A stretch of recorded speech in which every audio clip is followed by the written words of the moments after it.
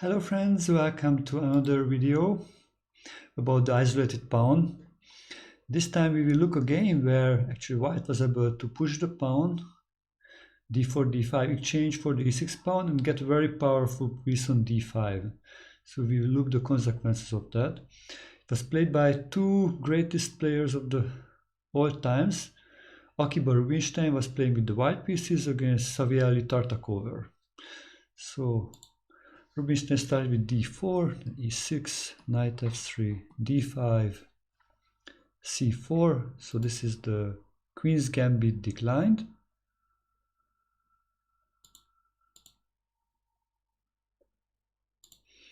Let's look how it continued. Knight f6.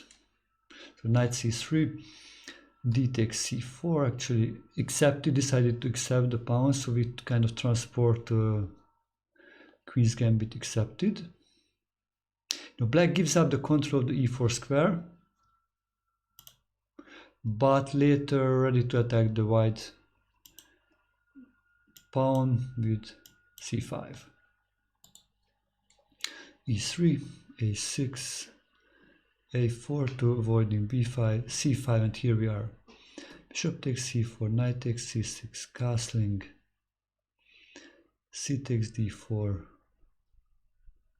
This is again a little bit unusual. Actually, we already looked the video. We made a video, studied a game from Boris Spassky where he got this. Black had a problem after exchanging those pawns. The e file also opened up. So usually it's better to not capture on d4, only if it's black is really sure he can castle and he can block that pawn, or he's ready for the push of the pawn.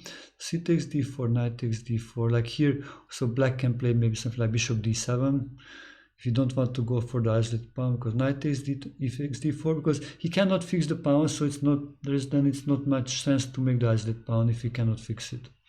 Bishop e7 and d5. You know, when white can push and exchange the isolated pawn, he gets a strong centralized piece on d5, which gives him attacking chances, like e takes d5, knight takes d5. But also it's really important how to deal with this with the black pieces, because here actually black captured and then, you know, white got this nice bishop, but black can also play bishop e6 to avoiding the centralized knights. Now it's forcing white to move away. Capture on f6, bishop takes f6, bishop takes e6, and actually this way white can create an isolated pawn on e6 or can win the pawn. Actually black can sacrifice that pawn with queen takes d1, bishop takes f7 check, king takes f7, rook d8 takes d1, because the rook hd8. Now black has actually the development advantage and the b2 pawn is attacked. It gives enough counterplay for the pawn. Bishop e3, so black can just win back the pawn. Rook b1, rook d7. Cannot, and it's equal, cannot take the d2 because rook d1 checkmate. So this was the first critical mistake for black. Here bishop e6 was keeping the position close to equal. So knight takes d5, bishop takes d5, castling, queen f3, developing the queen. Also it hits the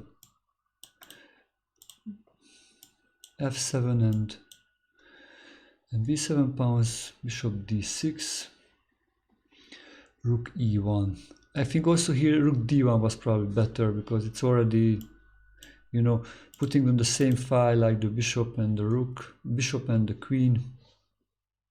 But played rook e1, queen h4, h3, saving the h2 pawn, queen b4. Rook d1 was in the game. Actually, it was much more aggressive and probably better. Rook e4 attacking. Queen c5, rook c4, queen b6, b4. So it's a powerful way to go forward. Bishop e6, bishop e3. Yeah, white gains space in the process and develop the pieces actively. Okay, rook d1 is also a move, so it saves the rook because the queen b4 attacked the rook. Rook b8, yeah, he wants to save the b7 pawn, b3. And here came another mistake from black. Probably queen h4 was a better move, but after bishop b2, queen h6, you know, white is very active, so white is clearly much better. But after the game move, bishop e6, white had here a very strong move. Please pause the video and try to find it yourself. So the move is bishop a3 would be. Because after queen b6, the d6 bishop is saying a5, try to remove the defender, queen c7. After the exchanges, white can just take the pawn on b7, attacking the queen in the same time, discord attack by the rook, and then can take the pawn. So exchange the pawns, and after bishop d3, white will win the game with this extra passed pawn. This is a powerful pawn. Probably will queen or will force actually black to give up material for it. So this was the clear way to win. Instead bishop takes e6 was played, f takes e6, queen e2, bishop c5. So white won actually the pawn, but a different pawn. So now it's much harder to create a passed pawn. King h8, bishop a3, queen a5. Okay, and here comes the next mistake from white. So instead of getting a winning position, slowly gives back his advantage. Rook d5 was a mistake.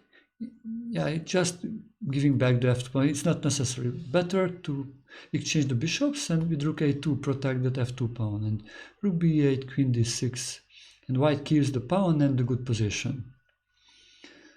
Okay, instead he played rook d5, bishop takes f2, winning back the pawn, king h1, queen c3, rook c1, queen f6.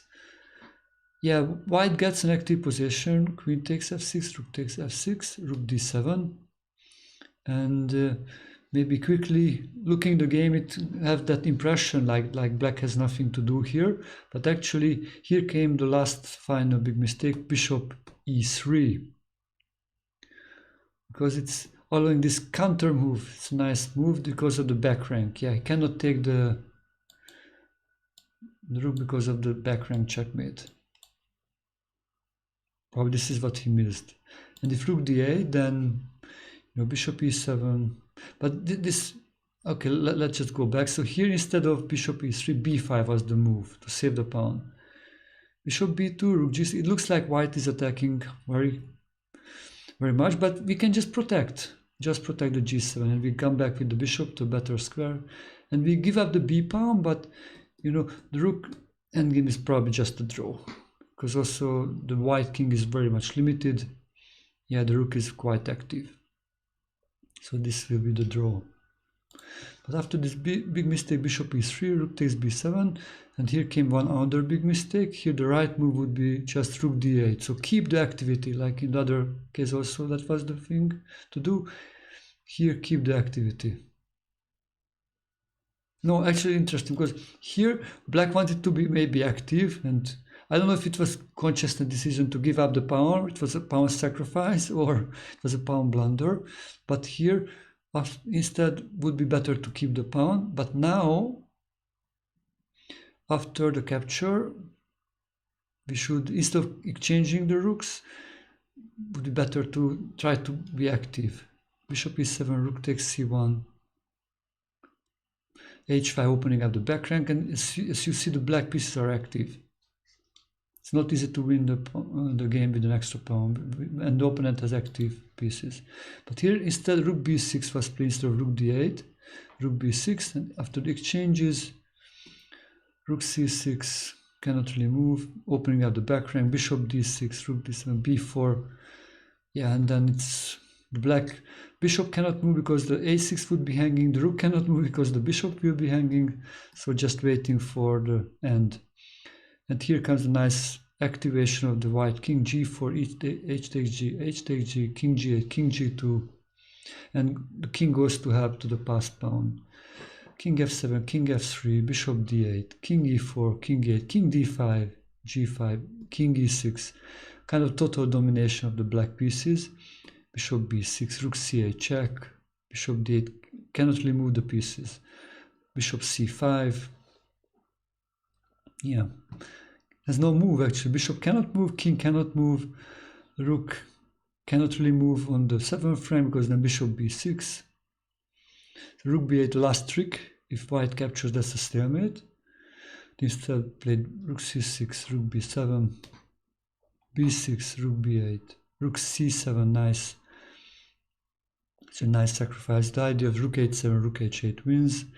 Bishop takes, pawn takes, rook c8, bishop b6, rook a8, and after the next move, black resign. Please try to find a move with total domination of the pieces. Bishop a7, black resigned. Why? Why did he resign? Because if rook takes a7, then it's a queen or a rook, and that's a checkmate. If he's not taking, then what can he do? If he moves the rook to c8, then bishop b8. King need to go, and then we'll win the rook. If king f8, then bishop b8. Just block out the rook, and then queen. Okay, so we looked how active can be the position after exchanging the pawn on d5, and if black also helps a little bit, and this active bishop can help to dominate the position. But as we looked a few active defensive possibilities, sometimes like giving up the pawn on the right way. We look, where was the possibility? Yeah, this position. Ah, yeah, we look like to give up a pawn example. In the very beginning, yeah, this was a nice possibility. Bishop e6. So don't allow white to build up that nice knight position, but instead giving up the pawn for activity. Okay, so that's the key also when we play with the isolated pawn, the activity, but also most of the time active counterplay. Yeah, try to put all of this into practice in your own games. And I will see you in the next video. Thank you very much for joining me. Bye-bye.